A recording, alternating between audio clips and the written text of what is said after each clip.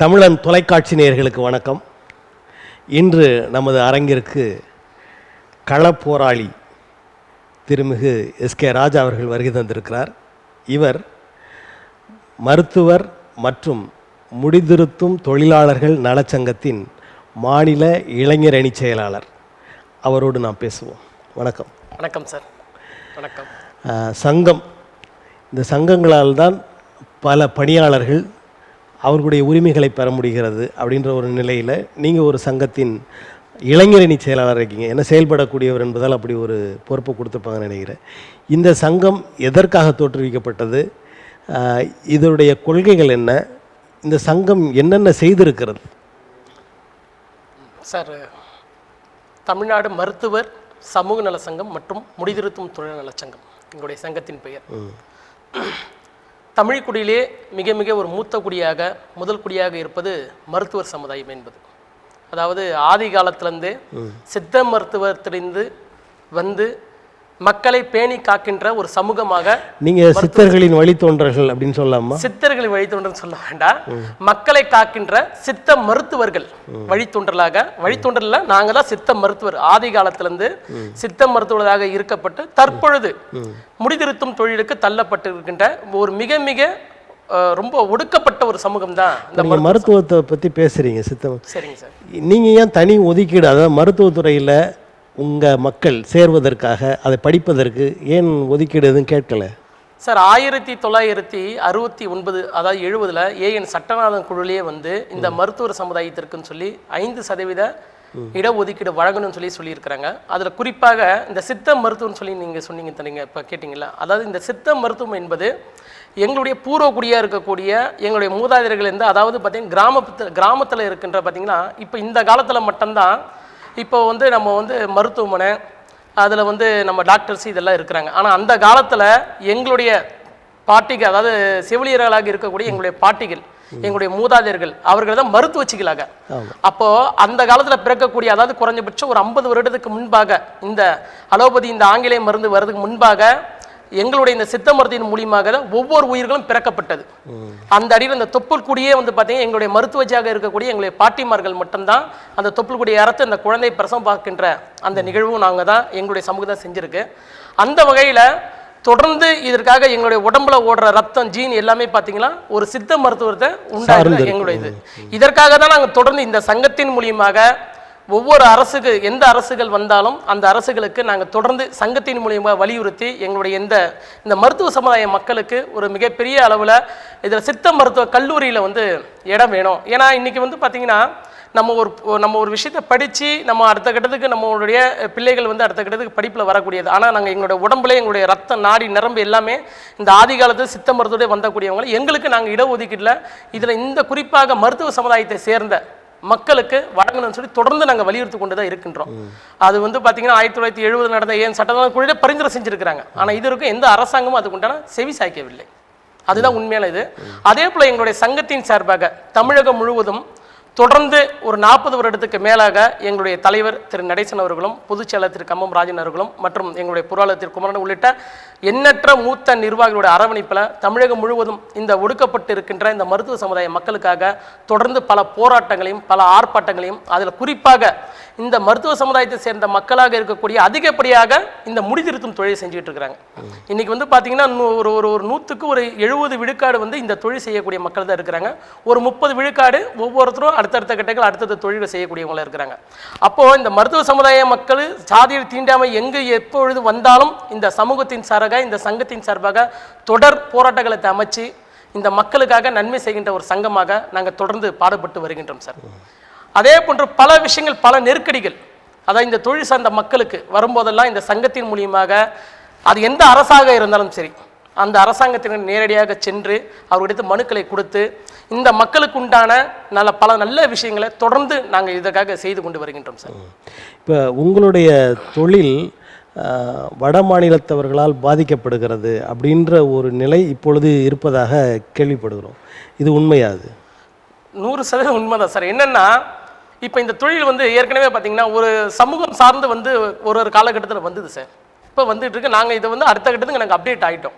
அப்போ இந்த தொழில் என்ன ஆகுதுன்னா எல்லாருமே செய்யக்கூடிய ஒரு பொது தொழிலை இன்னைக்கு செய்கிறாங்க. அதை நாங்கள் வரவேற்கிறோம். ஏன்னா சாதியை தீண்டாமலேருந்து இந்த தொழிலை செய்யவே கூடாது, இந்த தொழில் செஞ்ச தீட்டுன்ற மாதிரிலாம் ஒரு காலகட்டத்தில் இருந்து இன்னைக்கு மாற்று சமூக மக்களும் இந்த தொழிலுக்கு வந்தது நாங்கள் வரவேற்கிறோம். அதில் எந்த மாற்று கருத்து கிடையாது. ஆனால் வரக்கூடிய மாற்று சமூகத்தில் இருந்தாலும் சரி, இல்லை பெரும்பான்மையாக இருக்கக்கூடிய பொருளாதாரத்தில் இருக்கக்கூடியவங்க சரி, இந்த தொழில் என்ன செய்கிறாங்கன்னா நவநாகரிக என்ற அடிப்படையில் ஒரு பெரிய பெரிய கார்பரேட் முதலாளிகள் மூலியமாக கடைகளை திறக்கிறாங்க. இப்போ கடைகளை திறக்கப்படும் போது என்ன பண்ணுறாங்கன்னா இந்த தொழிலோட ஆணிவேராக இருக்கக்கூடிய எங்களுக்கு வந்து அதிகபட்சமாக இந்த முடித்திருத்துவதும் முகம் அழித்தலும், அதாவது கட்டிங் ஷேவிங் தான் நாங்கள் வந்து அதிகப்படியாக நாங்கள் செய்யக்கூடியது. இந்த மேல் முகத்தில் இருக்கக்கூடிய ஃபேஷியலோ இல்லை ப்ளீச்சோ இதெல்லாம் அடுத்த கட்டத்துக்கு. ஆனால் நாங்களும் அதை அப்டேட் செஞ்சுக்கிட்டு இருக்கிறோம். ஆனால் இவங்க இந்த கார்பரேட் போர்வையில் இந்த தொழில் இருக்கின்ற மக்களை நசுக்கும் விதமாக இந்த விலை கட்டங்களை கம்மியாக போட்டு வெளியில் போர்டு வைக்கிறது, அதற்கடுத்து வெளி மாநிலத்தில் இருக்க வடநாட்டு மக்களை வந்து கொண்டு வந்து இந்த தொழிலை ஈடுபடுத்துறது, தமிழகத்தில் இருக்கக்கூடிய ஒடுக்கப்பட்டு இருக்கக்கூடிய மிக மிக ரொம்ப கஷ்டப்பட்டு இந்த தொழிலை கொண்டு வந்த நாங்கள் இன்னைக்கு மிகப்பெரிய ஒரு அதல பாதலத்தில் இருக்கிறோம். ஆனால் இதற்காக பல போராட்ட காலத்தை நானே மின்னு பண்ணியிருக்கிறேன். பல இடங்களில் வெளியில் வந்து பார்த்தீங்கன்னா அந்த பேர் பலகை வைப்பாங்க. ஹேர் கட் வந்து ₹1, கட்டிங் ஷேவிங் வந்து ₹49, ₹99 சொல்லி போடுவாங்க. சார் இது இந்த தொழில் இந்த பார்த்தீங்கன்னா இது வந்து ஒரு காய்கறி விலை மாதிரி கிடையாது சார். இந்த சங்கத்தின் மூலியமாக 2 வருடத்துக்கு முன்பு ஒரு வாட்டி நாங்கள் வந்து விலையை ஏற்றுவோம். அதாவது இன்றைய இருக்கின்ற பொருளாதாரம் பிரச்சனை, எனக்கு ஒரு மனிதன் வாழ வேண்டும் என்ற பொருளாதாரம் முக்கியம். அந்த அடிப்படையில் நாங்கள் அந்த நியாயமான முறையில் ஒவ்வொரு முடித்திருத்தும் தமிழகம் முழுவதும் இருக்கின்ற சுமார் ஒரு 3 லட்சம் சலூன் கடைகள் உள்ளது. அந்த அடிப்படையில் ஒவ்வொருத்தருக்கும் இந்த மாதிரி விலைப்பட்டியல் நாங்கள் கொடுத்து நியாயமான முறையில் 2 வருஷத்துக்கு ஒரு வாட்டி 3 வருஷத்துக்கு ஒரு வாட்டி விலை ஏற்றி பண்ணுவோம். இப்போ இவங்க திடீர்னு ஒரு ஆகாசம் குதிச்ச மாதிரி கார்பரேட் சலூன் கடைகள் வராங்க.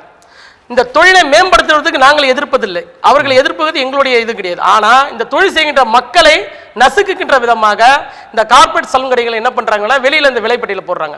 இப்போ காய்கறி ஒரு விலைன்னா ஒரு நாளைக்கு ஒரு வேலை இருக்கும், மறுநாள் ஒரு வேலை இருக்கும், அடுத்த ஒரு வேலை இருக்கும். ஆனால் இது அப்படி பண்ண முடியாது.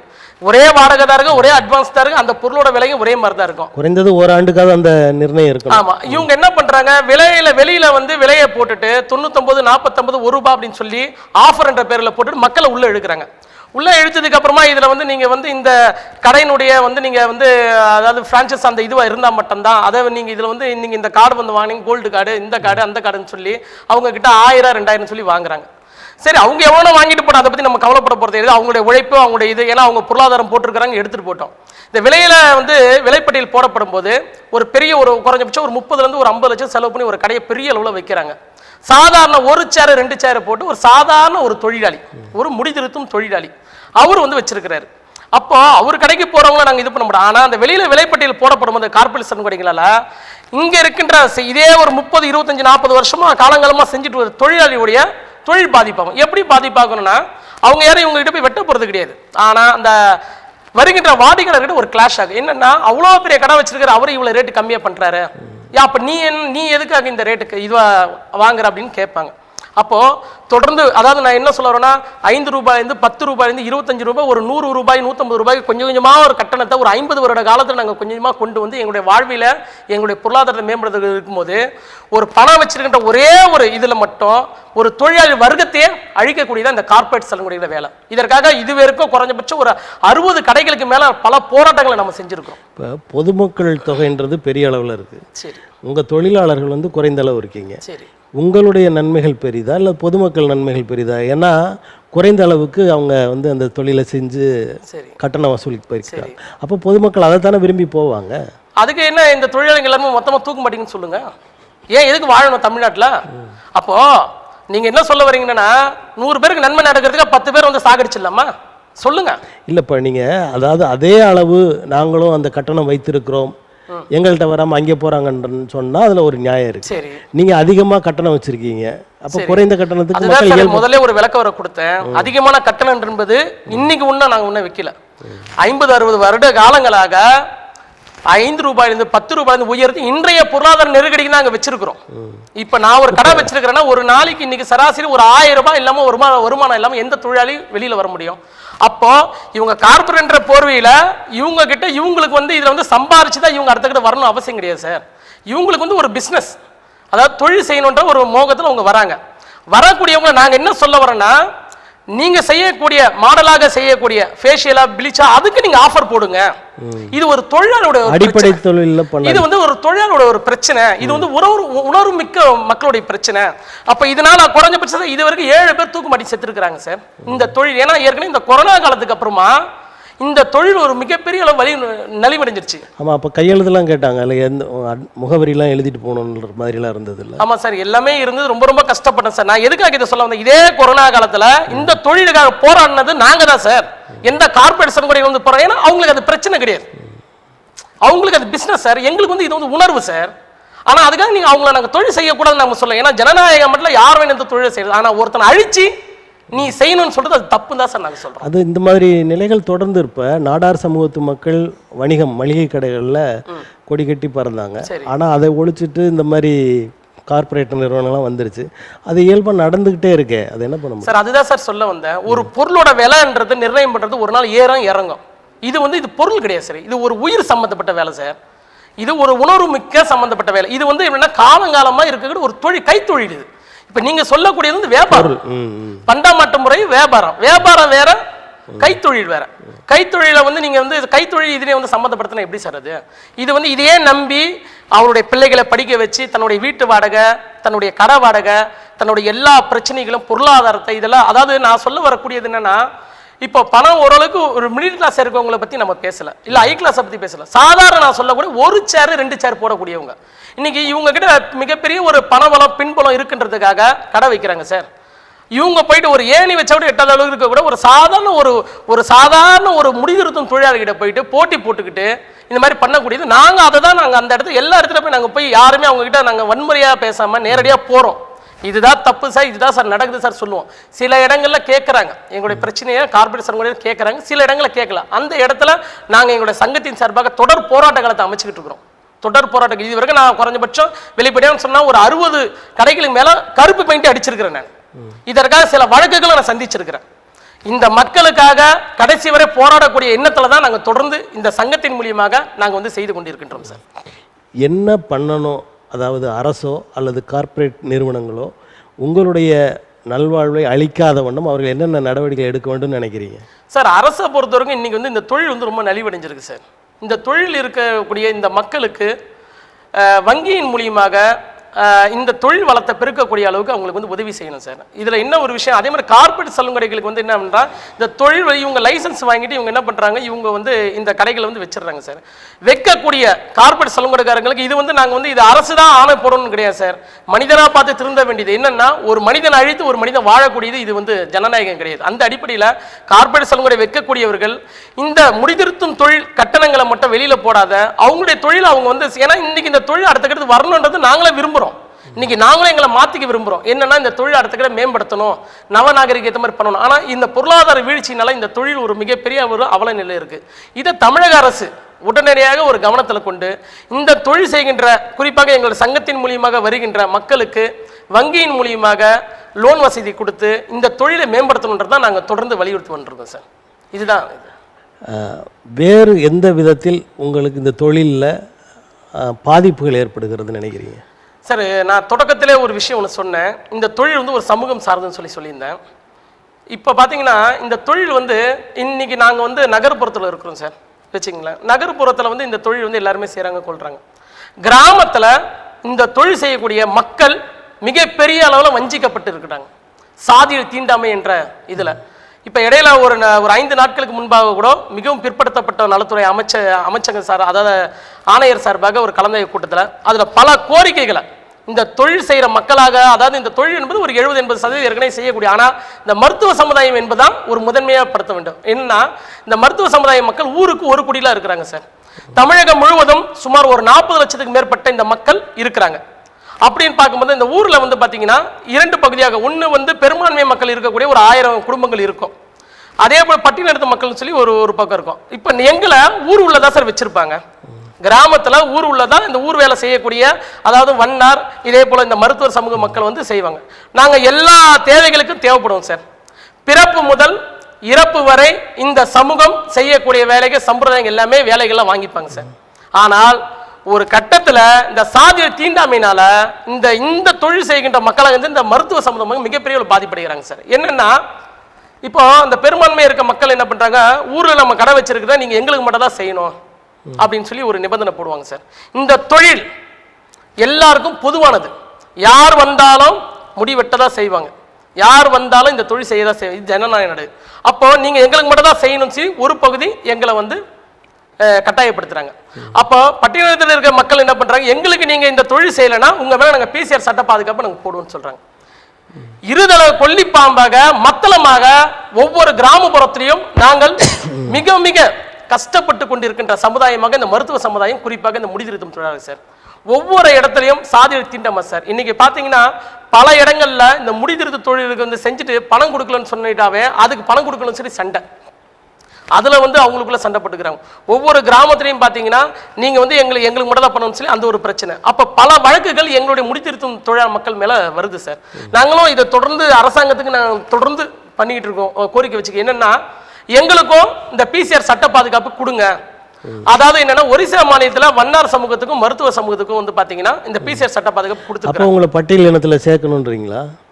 எங்களை பட்டியல் சேர்த்தாலும் பரவாயில்ல, எங்களுக்கு பிசிஆர் சட்டம். ஆனா எங்களுக்கு தேவையானது எங்களுடைய மக்கள் வலிமையா இருக்கணும், பாதுகாப்பா இருக்கணும். எங்களுக்கு இந்த மருத்துவ சமுதாய மக்களுக்கு சட்ட பாதுகாப்பு வேணும்ன்றதை நாங்க தமிழக அரசு தொடர்ந்து போராடிட்டு இருக்கோம் சார். அதனால நம்ம நேரடியா நிறைய விஷயங்கள் கேள்விப்படும் போதெல்லாம் பாத்தீங்கன்னா சார், ஒரு இந்த சமூகம் நாங்க ஊருக்குள்ளேயே எங்களை வச்சிருப்பாங்க சார். ஆனா எங்களுடைய மூதாதையர் யாராவது இறந்துட்டாங்கன்னா அந்த ஊர்ல இருக்க சுடுகாட்டுல எங்களை எரிக்க விட மாட்டாங்க சார். அப்போ அதுக்கு பேசாம எங்களை தள்ளியே வச்சிடலாமே. தனியா ஒரு மயானம், அதுதான் சார் தனி மயானம். அந்த ஊர்ல இருக்கிற அந்த மயானத்துல எங்களை வந்து எரிக்கப்பட விட மாட்டாங்க தனியா. இப்ப நான் வந்து நேரடியாக ஒரு 4 மாதத்துக்கு முன்பாக கடலூர் மாவட்டத்துல என்னுடைய சங்க நிர்வாகி ஒருத்தர் இறந்துட்டார், அதுக்காக போயிருந்தேன். ஊர்ல இருக்கின்ற அந்த இடுகாட்டுல இல்லாம தனியா வைக்க போற கட்டையை வச்சு எரிச்சாங்க. அதை என் கண்ணாலே பார்த்தேன் சார். நான் நேரடியாக அனுபவப்பட்டிருக்கிறேன். இந்த கிராமப்புறத்துல இந்த சாதிய திண்டம் வந்து மிகப்பெரிய அளவுல இருக்கு சார். வெளிப்படையா ஒன்று சொன்னா, கிராமத்தை வாழும்போது இந்த சாதி இந்த இந்த இந்த மக்கள் தெரிஞ்சிட்டாவே தள்ளி உட்காந்து பேசக்கூடிய அளவுக்கு நான் நேரடியாக அனுபவிச்சிருக்கிறேன். என்னுடைய அதாவது பார்த்தீங்கன்னா ஒரு சிறு வயதில் ஒரு 6ஆம் வகுப்பு படிக்கிற வரைக்கும் நான் ஒரு என்னுடைய நண்பனோட மிகப்பெரிய அளவில் பழகிட்டு இருந்தேன். சின்ன வயசு, அது நான் சொல்லக்கூடிய சின்ன வயசுல. ஆனா ஒரு கட்டத்துல இந்த சமுதாயத்தை சேர்ந்த நான் தெரிஞ்ச உடனே என் கூட உட்காந்து சாப்பிட கூட விரும்பல. அப்போ இப்படியெல்லாம் கிராமத்தில் ஒடுக்கப்பட்டு நசுக்கப்பட்டு கஷ்டப்பட்டு நாங்கள் இந்த சமுதாயத்துக்காக போராடிக்கிட்டு இருக்கோம் சார். அப்போ ஒரு அரசு வந்து இதில் வந்து தீவிரமாக காட்டணும். என்னன்னா இப்போ ஒன்றும் இல்லை சார், எம்பிசி மிகவும் பிற்படுத்தப்பட்டவன்னு சொல்லி இருக்கு சார். 108 சாதிகள் சார். இதுலயே சமநிலை கிடையாது சார். வலுவா இருக்கிறவர்களையும் வலுவில்லாதவர்கள் ஒன்னா வச்சா இது எப்படி சார் சமூக நீதி? 108 சமூகத்துல இந்த இருக்கின்ற எல்லா பெரும்பான்மை இருக்கக்கூடிய சமூகங்கள், அதுல இருக்க சமூகம் எல்லாம் பெரும்பான்மை இருக்கக்கூடிய சமூகங்களோட நாங்க போட்டே போட முடியாத இருக்கக்கூடிய சமூகங்களாக மிகவும் நலிவடைந்த சமூகமா இருக்கக்கூடிய இந்த மக்களையும் ஒன்னா வைக்கிறாங்க சார். அப்புறம் எப்படி சார் எங்களுக்கு சமூக நீதி கிடைக்கும்? அப்புறம் எப்படி கிடைக்கும்? நாங்களும் இதுக்காக அதாவது 1970 சட்டவாத அறிக்கையில சொல்லி இருக்கிறார், இந்த மருத்துவ சமுதாய மக்களுக்கு நீங்க வந்து 5% இடஒதுக்கீடு கொடுங்கன்னு சொல்லி இருக்கிறார். ஆனா இது வரைக்கும் எந்த அரசும் செவிசாய்க்கல. அருந்ததியருக்கு 3 விழுக்காடு கொடுத்தது போல உங்களுக்கும் வேணும், எங்களுக்கும் வேணும்னு சொல்லி நாங்கள் தொடர்ந்து போராடிட்டு இருக்கிறோம் சார். அதே மாதிரி சார் இன்னொரு விஷயம் என்னன்னா, வெளிப்படையாக ஒன்று சொல்லணும் சார், இந்த சமூக மக்களை பொறுத்தவரைக்கும் வந்து பார்த்தீங்கன்னா தொடர்ந்து ஒவ்வொரு இடத்துலையும் வஞ்சிக்கப்பட்டு தான் சார் இருக்கிறாங்க. எந்த ஒரு பிரதிநிதித்துவமும் கிடையாது சார் இந்த மக்களுக்கு. ஏன்னா இன்னைக்கு வந்து எல்லாருமே என்ன சொல்றாங்கன்னா, திராவிடம் வளர்ந்ததே முடிதிருத்தும் தொழில் நிலையத்தில் தான் இருக்கிறாங்க. வெளிப்படையே நீங்க நான் பேசுறேன் சார், எனக்கு எந்த ஒரு இதுல தயக்கமும் கிடையாது, பயம் இல்லை சார். நாங்க எங்க சார் வளர்ந்துருக்கிறோம்? எங்களுடைய மருத்துவ சமுதாய மக்கள் எங்க வளர்ந்துருக்கிறோம்? இந்த முடிதிருத்தும் தொழில் எங்க வளர்ந்துருக்கிறோம்? 75 ஆண்டு சுதந்திரத்துக்கு இப்ப வாங்கினதுக்கு அப்புறமா நாங்க எங்களுடைய மக்கள் எங்க அடுத்த கட்டுக்கு வந்திருக்கிறோம்? ஒரே ஒரு கவுன்சிலர் கிட்ட இருக்காங்களா? வளர்த்து விட்டு இருக்கீங்க. நாங்க திராவிடத்தை வளர்த்துட்டு இருக்கோம்னு சொல்லி சொல்றாங்க சார். ஆனா நாங்க வளரல. ஆனா இதுக்காக நான் வந்து இந்த அரசுக்கு எதிராவோ இல்ல இந்த கட்சிக்கு எதிராவோ பேச எனக்கு அவசியம் கிடையாது. ஆனா என் மக்களுக்கு நன்மை செய்யணும்னா நான் பேசிதானே ஆகணும். இந்த இடத்துல நாங்க பேசலன்னா அப்புறம் எங்களுக்கு எந்த சமூகத்துக்கு செய்யற துரோகமா நான் நினைக்கிறேன் சார். அந்த அடிப்படையில் இது வரைக்கும் ஒரு எம்சி கிடையாது சார், ஒரு எம்எல்ஏ கிடையாது சார், ஒரு எம்பி கிடையாது சார். ஒரு அரசியலுடைய பிரதிநிதித்துவமே இல்லாத சமூகமாக, ஒடுக்கப்பட்ட சமூகமாக இந்த மருத்துவ சமுதாயம் இருக்குன்னு தான் நான் இந்த இடத்துல பதிவு செய்யறேன் சார்.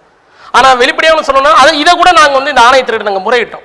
இப்போ உங்க சமூகத்திலிருந்து ஒரு சட்டமன்ற உறுப்பினர் தேர்ந்தெடுக்கப்படும் இது வரைக்கும் கிடையாது சார். அப்ப பாத்துங்க, 75 வருஷம் சுதந்திரம் அடைஞ்சிருக்கு. ஆனா இந்த மருத்துவ சமுதாய மக்களுக்கு இது வரைக்கும் ஒரு அரசியல் பிரதிநிதித்துவன்றதே கிடையாது சார். இன்னொன்னு வெளிப்படையாக சொல்ல வேண்டும் என்றால், இந்திய சுதந்திரத்துக்காக போராடி உயிர் நீத்தவர் தியாகி எஸ்.எஸ். விஸ்வநாத் தாஸ். அதாவது ஊடகத்துறை, அதாவது ஊடகத்துறை இல்லாத காலகட்டத்தில் நாடகத்துறையின் மூலியமாக இந்திய விடுதலைக்காக போராடியவர். இன்னைக்கு அவருக்கு சென்னையில் ஒரு செலவு கூட கிடையாது. முழுக்க முழுக்க இந்த மக்களை இந்த சமுதாயத்தையும் ஒடுக்கப்பட்டு மறைக்கப்பட்டு இருக்கின்ற வேலைகளை தான் இன்னைக்கு இறங்கி இருக்கிறாங்க. இன்னைக்கு பாத்தீங்கன்னா 1980 வந்து மதுரை திருமங்கலத்தை அவருடைய வாழ்ந்த வீட்டை அப்பொழுது முதலமைச்சராக இந்த டாக்டர் கலைஞர் ஐயா அவருக்கு ஒரு நினைவிடம் அமைச்சிருக்கிறாங்க. ஆனா சென்னையில தியாகிகள் நினைவு மண்டபம் சொல்லி இப்போ வந்து இங்க நம்ம கிண்டில பண்ணாங்க. ஆனா இது வரைக்கும் பாத்தீங்கன்னா இந்த விஸ்வநாதாஸ் ஐயாவுக்கு வந்து இது வரைக்கும் நினைவு மண்டபமும் கிடையாது, சென்னையில் ஒரு செலவு கூட கிடையாது. இதற்கு நீங்க கோரிக்கைகள்லாம் வச்சிருக்கீங்களா சார்? நாங்க கடந்த அதிமுக ஆட்சியிலே இருக்கப்படும் போது செய்தித்துறை அமைச்சர் அண்ணன் திரு கடம்பூர் ராஜு கிட்ட நாங்க வச்சோம் சார். இப்ப தற்பொழுது மாண்புமிகு முதலமைச்சர் அண்ணன் திரு மு.க. ஸ்டாலின் அவங்களுடைய அமைச்சர்கிட்ட தொடர்ந்து கோரிக்கைகளை கொடுத்துட்டு இருக்கிறோம். ஆனா இன்னும் நேரடியாக பார்க்க கூட வாய்ப்பு கூட எங்களுக்கு கிடைக்கல சார். சார் எங்களை ஒரு இதுவாகவே நினைக்கல சார். என்னன்னா இவங்க எல்லாம் வந்து சில்லறை ஓட்டுகள், அதாவது ஊருக்கு வந்து ஒரு குறைஞ்சபட்சம் 10,000 பேர் 20,000 பேர் இருப்பாங்க. ஒட்டுமொத்தமா சார் ஒரு சமூகம் பாத்தீங்கன்னா ஒவ்வொரு பகுதியில வலுவா இருப்பாங்க சார். இந்த சமூகம் தமிழ்நாடு முழுக்க பறந்து விரிஞ்சிருக்கு சார். இந்த சமூகத்திலே பாத்தீங்கன்னா பல பிரிவுகள் இருக்கின்றது. ஆனா இதெல்லாம் மாத்தி ஒரே பிரிவா வரணும், அது மருத்துவ சமுதாயம் சொல்லி நாங்க சொன்னோம். அந்த அடிப்படையில் அதனால இருக்கிற அரசியல் கட்சிகள் என்ன நினைக்கிறாங்கன்னா இவங்களாம் சில்லறை ஓட்டுகள், நமக்கெல்லாம் இவங்கெல்லாம் வந்து தேவையில்லைன்னு தான் நான் என்னோட பார்வையில் அப்படிதான் நான் நினைக்கிறேன். இது குறையா நான் நினைக்கிறேன், எங்க நிறைய சொல்றதுக்காக இதை சொல்றேன். அப்படி இருக்கும் பட்சத்தில் இது வரைக்கும் சார் எந்த ஒரு இப்ப நாங்க தமிழக முதலமைச்சர் எவ்வளவு முயற்சி பண்ணிட்டு இருக்கிறோம் இந்த சமுதாயத்தின் சார்பாக, இந்த சங்கத்தின் சார்பாக. இப்ப தற்பொழுது வந்து அதுக்கு உண்டான கட்டமைப்புகள் நாங்கள் செஞ்சுட்டு இருக்கிறோம். கூடிய விரைவில் தமிழக முதலமைச்சரை நாங்கள் சந்திப்போம். இப்ப நேற்று தான் வந்து பாத்தீங்கன்னா அண்ணன் திரு உதயநிதி ஸ்டாலின் அவங்க துணை முதலமைச்சராக வந்திருக்கிறாங்க. அவர்களை சந்திக்கிறதுக்காக நாங்கள் வந்து முயற்சி கண்டிப்பா பண்ணுவோம். எங்களுக்கு உண்டான இந்த மக்களுக்கு உண்டான அங்கீகாரத்தை கொடுக்கணும்னா யார் அரசாங்கம் இருக்கோ அவங்க கிட்ட தான் எங்களுடைய பிரச்சனை போய் சொல்ல முடியும். அந்த வகையில் நாங்கள் தொடர்ந்து அதுக்கு உண்டான கட்டமைப்பை செஞ்சுட்டு இருக்கிறோம் சார். இப்போ இந்த உணர்வோடு இந்த சமுதாய மக்கள் எல்லோரும் தானே இருக்கிறீங்க. அப்படி இருக்கும்போது நீங்கள் எல்லாம் ஒரு அரசியல் ஆற்றலாக ஏன் உருவாகக்கூடாது, அப்படி ஒரு எண்ணம் உங்களுக்கு வரலையா சார்? அந்த எண்ணத்தை அடிப்படையில் தான் சார் உட்காந்து நான் பேசுகிறேன். இன்னைக்கு இருக்கிற இளைஞர்கள் ரொம்ப ஸ்பீடு சார். இன்னைக்கு யாரையும் ஏமாத்தலாம் முடியாது சார். இன்னைக்கு வந்து ரொம்ப தெளிவாக இருக்கிறாங்க. ஒவ்வொரு காலகட்டத்திலையும் இந்த மக்களை வஞ்சித்துக்கிட்டு தான் சார் இருக்குது எந்த அரசாங்கம் இருந்தாலும் சரி. இது வந்து அரசியல் ரீதியாக பேசணுன்றதை இந்த மக்களுக்காக நம்ம பேசணும். அந்த வகையில் இனி வருங்கால அரசியல் பிரதிநிதித்துவம் வந்துட்டு சார் இப்போ நான் இவ்வளோ பிரச்சனை சொல்கிறேன்ல சார், எங்களுக்கு வந்து தீண்டாமை ஒழிப்பு இருக்குது, இந்த தொழில் செய்ய முடியல, பல பிரச்சனை இருக்குன்னா எங்களுடைய பிரச்சனை மக்கள் மன்றத்தை சொல்லக்கூடிய இருந்தால் தானே சார் இது நாங்கள் பண்ணியிருக்க முடியும். இப்போ இன்னைக்கு எல்லா சமூகத்திலையும் ஒரு முக்கியமான இடத்துல ஏதாவது ஒரு இடத்துல அரசு அதிகாரிகளாகவோ இல்லை வந்து சட்டமன்ற உறுப்பினர் எம்பி இருக்கும்போது அந்த சமூகத்துக்கு ஏதாவது ஒரு வகையில் நேரடியாகவும் மறைமுகமாகவும் அந்த மக்கள் இடத்துக்கிட்ட வரணும்னு சொல்லி செய்யதான் சார் செய்வாங்க. ஆனால் இந்த மருத்துவ சமுதாய மக்களுக்கு சொல்லக்கூடிய இடத்துல எந்த ஒரு பிரதிபலனும் இல்லை, எந்த ஒரு அரசியல் தலைவர்களும் இன்னைக்கு இல்லை சார். இதுதான் உண்மை. அந்த அடிப்படையில் இன்னைக்கு நிறைய இளைஞர்கள் மிகப்பெரிய ஒரு தெளிவுபட்டு இருக்கிறாங்க. நல்ல படிச்சு நல்ல இளைஞர்களாக நல்ல அரசியலோட இது தெரியுது. அரசியல் பிரதிநிதித்துவம் இருந்தால் மட்டுமே இந்த சமூகம் அடுத்த கட்ட வரும் என்ற எண்ணம் எங்களுக்கு கண்டிப்பாக வந்திருக்கின்றது சார். இதற்காக தொடர்ந்து களப்பணிகளையும் தொடர்ந்து போராட்ட களங்களையும் நாங்கள் அமைச்சு இந்த மக்களுக்காக போராடிக்கிட்டு இருக்கோம் சார். நாங்கள் உங்களுடைய போராட்டங்கள் உங்கள் மக்களிடையே எந்த விதமான நடவடிக்கைகளை கொண்டு வந்திருக்கிறது சார்? எங்களுடைய சங்கத்தின் போராட்டத்தினால தான் இன்னைக்கு நான் இந்த இடத்துல ஒரு இளைஞரை வந்து உட்காந்துருக்கிறேன். இது போல எண்ணற்ற இளைஞர்கள் தொடர்ந்து அதுக்காக வந்து போராட்ட காலத்தை நம்ம வந்து பண்ணிட்டு மக்கள்கிட்ட விழிப்புணர்வு எடுத்துக்கிட்டு இருக்கிறோம். ஏன்னா இன்னைக்கு இந்த சமூகத்தோட வரலாறு நாங்கள் முதல்ல சொல்றோம். ஆனால் அதே நேரத்தில் இன்னைக்கு இருக்கிற எங்களுடைய வயிற்றுலையும் நாங்கள் சொல்றோம். இப்போ நாங்கள் வெறும் வரலாறாக மட்டுமே பேசிட்டு வரதுனால இப்போ நான் ஒரே விஷயம் ஒன்று சொல்றேன் சார், இருக்கிற எல்லாருக்குமே தெரியும் சார் எங்களுடைய வரலாறு. மருத்துவ சமுதாயம் யாரு, எங்க மூலியமா என்னென்ன வேலைகள் நடக்குது, எங்க மூலியமா எங்களுடைய தேவை, அதாவது எங்களுடைய தேவைகள் எல்லாருமே தெரியும் சார். எல்லாம் தெரிஞ்சு கண்டு காணாத சார் இருக்கிறாங்க. ஆனால் நாங்கள் இதுக்கப்புறம் விழிச்சுக்கிட்டோம் சார். இந்த சங்கத்தின் மூலியமாக பல விழிப்புணர்வுகளை ஒவ்வொரு கூட்டத்தின் வாயிலாக நாங்கள் இதெல்லாம் சொல்லி அடுத்த கட்டத்தில் இந்த மக்கள் வரணும், இந்த மக்களுடைய பிரச்சனை வரும். ஒருவேளை நாங்கள் இன்னைக்கு செய்யக்கூடிய செயல்களினால் அடுத்த தலைமுறையாவது காலரை தூக்கி விட்டு நடக்கக்கூடிய அளவில் வரணுன்றது தான் எங்களுடைய நம்பிக்கையாக இருக்குது சார். நீங்கள் பேசும்போது சொன்னீங்க, அதாவது ஊருக்குள்ளேயும் இல்லாமல் இந்த பக்கம்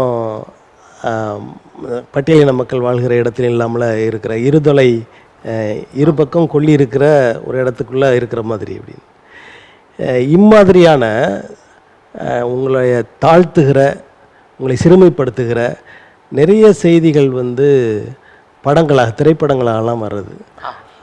அது பற்றி உங்கள் கருத்து என்ன சார்? இது உண்மையாகவே நல்ல கேள்வி சார். என்னென்னா இன்னைக்கு இந்த சமுதாயம் இந்த தொழிலை பற்றி நிறைய இடங்கள்ல நிறைய திரைப்படங்களில் வந்து இதற்காக சிலது நல்ல விஷயங்களும் வந்திருக்கும், சிலது வந்து இந்த சமுதாயத்தை இந்த மக்களை வந்து இழிவுபடுத்தும் விதமாக கூட வந்திருக்கும் சார். இப்போ பார்த்தீங்கன்னா ஒன்றும் இல்லை, நிறைய திரைப்படங்கள் வாய் சொல்ல கூட ஒன்று சொல்லுவாங்க சார். ஏதாவது ஒரு யாராவது ஒருத்தர் திட்டணும்னா என்ன திரும்ப சொல்லுவாங்க, என்ன சிரிக்க போனு, நீ சிரிக்க தான் லாய்க்குன்னு சொல்லுவாங்க. நான் ஒன்று உங்ககிட்டே கூட கேட்குறேன் சார், இந்த சிறைப்பது என்பது இழிவான சொல்லா நல்ல சொல்லா? இல்லை சரி, அது நீங்கள் நல்ல சொல்ல கூட வச்சுங்க. இல்லை இப்போ ஒருத்தர் திட்டுறதுக்காக நீ ஏன் அப்படின்னு சொல்லும்போது அது இழிவான சொல்லு தானே, அது அப்படி ஆயிடுதுல. இப்போ நாங்கள் வந்து சிறைக்கிறோம் சார், சிறைச்சிக்கிறோம். அப்போ நீங்கள் யார் சார்? நாங்கள் சிறைக்கிறோம், நாங்கள் இந்த தொழில் செய்கிறோம். அப்போ சிறைத்து இந்த வேலை செய்யக்கூடிய எங்களை நீங்கள் பேசுறீங்களா, சிறைத்து கொண்டிருக்கின்ற உங்களை நீங்கள் பேசுகிறீர்களா? இதை தான் திரைப்படங்களை பல இடங்கள்ல வந்து இதை வந்து ரொம்ப ஒரு பேசும் பொருளாக எல்லாருமே ஒரு காமெடிக்காக, ஏதோ ஒரு நக்கலுக்காக, ஒரு நையாண்டிக்காக சொல்லுவாங்க சார். ஏன் சார் இதுக்கு இந்த சமூகம் தான் கிடைச்சதா? ஏன் அதுக்கு வந்து இது இப்படி இந்திய பிரதமரை பற்றியோ இல்லை தமிழ்நாடு இது முதலமைச்சர் பற்றி சொல்ல முடியாது? ஏன்னா அப்போ ஒரு இழிவான மக்களை பற்றி பேசக்கூடிய இடத்துல இந்த தொழில் இந்த மக்கள் இருக்கிறாங்களா? இப்போ பார்த்தீங்கன்னா மண்டேலான்னு சொல்லி ஒரு திரைப்படம் வந்தது சார்.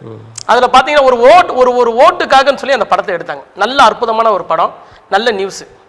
இப்போ உங்களுக்கு நான் அறிவுரை சொல்ல வரன்றதுக்காக ஒரு சமூகத்தை இழிவு பண்ணால் நீங்கள் ஏற்றுப்பீங்களா? முடியாது. அது போலதான் ஒரு ஓட்டுக்காக சொல்லி அந்த படத்தை எடுத்துட்டு அந்த தொழில் செய்கின்ற யோகி பாபு நடிச்சிருந்தாரு, அந்த தொழில் செய்கின்ற அந்த தொழில் வர்க்கத்தையே மிக மிக கேவலப்படுத்த விதமாக ஒரு மிகப்பெரிய அளவில் அந்த தொழில் செய்கின்ற அந்த அவரை வந்து அதை நடத்தின விதம் வந்து கடைசியில் சென்டென்ஸ்க்கு வந்துடுறாங்க, இந்த ஒரு ஓட்டுக்காக மதிப்பு கொடுத்துன்னு சொல்றாங்க. ஆனால் அதில் அந்த கிராமப்புறத்தில் அவர் படுகின்ற இன்னல்கள் எல்லாம் வந்து ஏற்கனவே நடந்ததை கூட காமிக்கலாம். ஆனால் இன்னைக்கு எங்கள் மக்கள் அதை பார்க்கப்படும்போது மிக மிக கஷ்டமா இருக்கு. ஏன்னா இன்னைக்கு நம்ம ஒரு விஷயத்தை பார்க்கும்போது என்ன செய்ய தோணும் சார் மக்களுக்கு. இதெல்லாம் ஒரு கட்டலாம் வந்து நம்ம வந்து விழிப்புணர்வு சொல்கிறோம், இது விழிப்புணர்வு கிடையாது. இந்த மக்களை வந்து இன்னைக்கு இருக்கிற நவநாகரிக காலத்தை தவறான ஒரு இதில் இது பண்ணுறாங்க. அது போல் பல படங்கள்ல இப்போ இன்னைக்கு பார்த்தீங்கன்னா சாதியல் ரீதியில் பல இடங்கள் இப்போ லப்பர் பந்து படம் கூட வந்தது சார். இப்போ இது கூட பார்த்தீங்கன்னா இந்த ஒரு சாதியல் ரீதியில் ஒரு சில விஷயங்கள்லாம் சொல்லியிருப்பாங்க. அதில் வந்து வெளிப்படையாக சார் நானும் இதே போல பாதிப்பு அடைஞ்சிருக்கிறேன். இந்த ஒரு கிரிக்கெட்டுக்காக போகப்படும் போதெல்லாம் சின்ன வயசுல கிராமத்தில் நான் விளையாடப்படும் போதெல்லாம் பெரும்பான்மை இருக்கக்கூடிய மக்கள் வந்து என்னெல்லாம் விளையாட்டுக்கு என்ன கூட தான் சேர்த்துக்கணும், நானும் அவதிப்பட்டு தான் இருக்கிறேன். ஆனால் அது ரொம்ப நாசுக்காக அழகாக இந்த லப்பர் பந்து படத்தில் சொன்னாங்க. அது நல்ல விஷயம், நல்ல விஷயத்தை நாங்கள் வரவேற்கிறோம். ஆனால் இந்த தொழில் செய்யக்கூடிய மக்களை, இந்த சமுதாயத்தை பல திரைப்படங்கள்ல ரொம்ப இழிவாப்படுத்துறாங்க. அவங்களுக்கு தேவையானது என்ன சார்? இந்த மக்கள் இப்படி சொல்லி காமிச்சா இது வந்து இவங்களுக்கு வந்து ஒரு வியாபாரமாக நினைக்கிறாங்க சார். ஆனால் எங்களோட வழிகள் யாருக்கு சார் தெரியும்? இன்னைக்கு ஒவ்வொரு கிராமத்துலையும் ஒவ்வொரு இடத்துலையும் இந்த மக்கள் நசுக்கப்படும் போது படுகின்ற கஷ்டங்கள் என்பது மிக பெருசு சார். நாங்கள் ஊருக்கு வெளியில இல்லை சார், ஊருக்குள்ளே தான் சார் இருக்கிறோம். ஊருக்குள்ளே தான் எங்களை 500 குடும்பம் வாழ்கின்ற இடத்துல தான் நாங்கள் இருக்கிறோம். ஆனால் அவர்களுக்கு இருக்க அந்த இதுவும் எங்களுக்கு கிடையாதுன்னு தான் சொல்ல வந்தோம் பல இடங்கள்ல. இப்போ இதுக்காக தான் நாங்கள் ஒவ்வொரு வாட்டியும் கோரிக்கை வைப்போம். என்னன்னா எங்களுக்கு வந்து இங்கே கவர்மெண்ட்டே எங்களுக்கு வந்து நீங்கள் வந்து கடையை வச்சு கொடுத்துருங்க, கிராமத்தில் வந்து நியாய விலை கடை இருக்கிற மாதிரி வச்சு கொடுத்துரு. இப்போ நியாய விலை கடையில் வந்து ஜாதியை பார்த்து ரேஷன் அரிசி கொடுக்குறாங்களா, மதத்தை பார்த்து கொடுக்குறாங்களா? கிடையாதுல்ல. எல்லா மக்களும் எல்லாரும் ஒன்று தானே. என் உடம்புல அதே ரத்தம் தான் மற்ற எல்லா உடம்பு அது தானே. அப்போ அரசாங்கமே அது மாதிரி கடையை வச்சு கொடுங்க கூட நாங்கள் கேட்குறோம். ஏன்னா இந்த தொழில் இப்போ ஒரு மனிதனை அழகு செய்யக்கூடியது சார் இந்த தொழில். இன்னைக்கு ஒரு மனிதன் அழகு செஞ்சு அந்த மக்கள் மன்றத்தில் இந்த மக்களுடைய இதில் வந்து மிக அழகாக அற்புதமாக வடிவமைத்து இன்னைக்கு செய்யக்கூடிய இந்த தொழில் மிக மிக ஒரு அற்புதமான புனிதமான தொழில். ஒருவேளை நாங்களாம் இந்த தொழில் செய்யணும் எல்லாரும் பரதேசியை தான் அலைவாங்க, இதுதான் உண்மை. ஏன்னா இந்த கொரோனா காலத்தில் பார்த்தீங்கன்னா நீங்கள் வந்து 6 மாதம் தொடர்ந்து வந்து பார்த்தீங்கன்னா இந்த தொழில் செய்ய முடியாமல் முடக்கப்பட்டிருந்தது. அப்போ நானே ஒரு இடத்துல விரோத முறையில் கேட்டேன். நான் அதை இந்த தொழிலை செய்யக்கூடாதுன்னு சொல்லி அரசாங்கம் சொன்னாங்க. கேட்டால் இந்த தொழில் மூலிமா பரவுதுன்னு சொன்னாங்க. அப்போ இந்த தொழில் ஆனால் 6 மாசம்ல பார்த்தா அரசு அதிகாரி சரி அரசியல் கட்சியத்தில் பார்த்தா அதே மாதிரி அழகாக தான் இருந்தா. அப்போ அவங்க மட்டும் எங்கே போய் முடிவெட்டாங்கன்னு தான் நான் கேட்டேன். நான் கேட்டது தப்பான கருத்து கிடையாதுல. இப்போ என்ன முடிவெட்ட வேணாம்னு சொல்லிட்டா நான் என்ன பண்ணுறேன், வீட்லேயே உட்காந்துக்கிறேன். அப்போ ஏதாவது ஒரு முடிவெட்டுற சவுங்கடக்கார ஒருத்தர் தானே வெட்டியிருப்பாங்க. அப்போ அவங்களுக்கு மட்டும் எப்படி போய் அழகாக போய் முடிவெட்டுவாங்க? இதை தான் நான் பல இடங்களை கேட்டு, ஆனால் அந்த நேரத்தில் இருக்கக்கூடிய மருத்துவ மக்கள் நல்வாழ்வுத்துறை அமைச்சரான திரு மாசன் கிட்ட நேரடியாக போய் இந்த கோரிக்கை வச்ச உடனே அவங்க வந்து எங்களுக்காக கடையை திறக்கணும்னு சொல்லியிருந்தாங்க. தொடர்ந்து ஒவ்வொரு இடத்துலையும் பல கோரிக்கைகளோட, ஏன்னா நிறைய ஒரு 25-30 கோரிக்கைகள் இருக்குது சார். அதில் தொடர்ந்து ஒரு 10 கோரிக்கைகள் ஒரு முக்கியமான கோரிக்கைகளாக இருக்குது சார். அதுக்காக தான் நாங்கள் வந்து இதுக்காக முன்னெடுத்து பண்ணிட்டு இருக்கோம் சார். இப்போ நீங்கள் வைக்கிற கடைகளில் ஒரு நாற்காலி 2 நாற்காலி போட்டு சரி கடைகள் வைக்கிறீங்க. அதில் வந்து ஒரு சுகாதாரம் இல்லை, சுத்தம் இல்லை. அதாவது இப்போ கார்ப்பரேட் நிறுவனங்களை பற்றி குறை சொன்னீங்க. ஆனால் அங்கே வந்து ரொம்ப நாகரிகமாக அப்பப்போ ஒவ்வொருத்தருக்கும் ஒரு துணியை மாற்றி அதை பொறுத்துற அந்த இதெல்லாம் பண்ணுறாங்க, சிறப்பாக பண்ணுறாங்கன்னு ஒரு ஆனால் நம்ம மக்கள் வந்து அப்படி பண்ணுறதில்ல. ஒருத்தருக்கு பிளேடு யூஸ் பண்ணி அடுத்த பிளேடுக்கு போகாமல் அதையே கூட பயன்படுத்துகிறாங்க, இப்படியெல்லாம் சொல்கிறாங்க. சார் இது வந்து என்னென்ன விஷயம்னா நிஜமாவே இது வந்து தவறான செய்தி. என்னென்னா நாங்கள் ஏற்கனவே உங்ககிட்ட சொன்னேன், நாங்கள் எங்களோட வழித்தோட சித்த மருத்துவம் சார். நாங்கள்லாம் வந்து ஒரு கடையை சுகாதாரம் இருக்கணும் அவசியம் எங்களுக்கு. ஏன்னா அப்படியெல்லாம் செஞ்சுதான் நாங்கள் இது பண்ணணும் அவசியம் கிடையாது. ஏன்னா சின்ன கடையாக இருந்தாலும் அழகா. ரெண்டாவது வந்து இந்த பிளேடு விஷயம் சொன்னீங்களா, அதெல்லாம் முற்றிலும் தவறானது. ஏன்னா ஒரு பிளேடால நாங்கள் ஒன்றும் இது கிடையாது. ஆனால் அந்த ஒரு பிளேடு ஒவ்வொருத்தருக்கும் மாற்ற தான் செய்வாங்க, கடையை சுத்தமாக தான் வச்சிருப்பாங்க. அந்த டவலை வாஷ் பண்ணி அதுக்காக ஒரு ஆளுக்கு ஒரு புது டவலை போடணும். அது எவ்வளோ பேர் கார்பரேட் கடையில் பண்ண மாட்டாங்க சார். இல்லை புது டவல் அதாவது துவைத்த, அதாவது சார் ஒரு தொழில் செய்கிறோன்னா ஒரு கஸ்டமர் வராங்களா, இப்போ இன்னைக்கு எல்லாருமே வரக்கூடியவங்க எல்லாமே வந்து பார்த்தீங்கன்னா எல்லாருமே நோட் பண்ணுவாங்க சார். இதெல்லாம் வந்து ஒரு தவறான செய்திகள். என்னன்னா இந்த சாதாரண கடைகளை வந்து அழிக்கணுன்றதுக்காக சொல்லக்கூடிய செய்திகள். ஆனால் முடிஞ்ச வரைக்கும் நாங்கள் எங்கள் சங்கத்தின் மூலியமாக சொல்லக்கூடியதை எங்களை, ஏன்னா இப்போ நாங்கள் எங்களுடைய கண்ட்ரோல் இருக்க எல்லா கடைகளுக்கும் நீங்கள் ஒட்டுமொத்தமாக அது இல்லைன்னு சொல்ல முடியாது, இருக்கு சார். அது நீங்க அதுதான் சார் சொல்ல வந்து நான் இருக்குன்னு சொல்றீங்க பாத்தீங்களா. இந்த தவறான இந்த விஷயங்களே வந்து நாங்களே அதை வந்து எதிர்க்கிறோம். ஒரு சங்கம் இருக்குன்னா மக்களுக்கு நல்லது செய்த சங்கம் அது இருக்குன்றது வந்து ஏதாவது ஒரு சில கடைகள் இது மாதிரி பண்ணியிருப்பாங்கிறதுக்காக அதுக்காக எல்லாமே சொல்லிட முடியாதுல்ல. அதே நேரத்தில் சங்கத்தின் மூலியமாக நாங்கள் இதெல்லாமே வந்து சங்கத்தில் மீட்டிங் நடக்கும் போதோ ஒரு நிகழ்ச்சி நடக்கும் போதோ இந்த கடைகளை எப்படி வச்சிருக்கும் போது எல்லாமே நாங்கள் வந்து அது திட்ட வரைகள் நம்ம சொல்லுவோம்.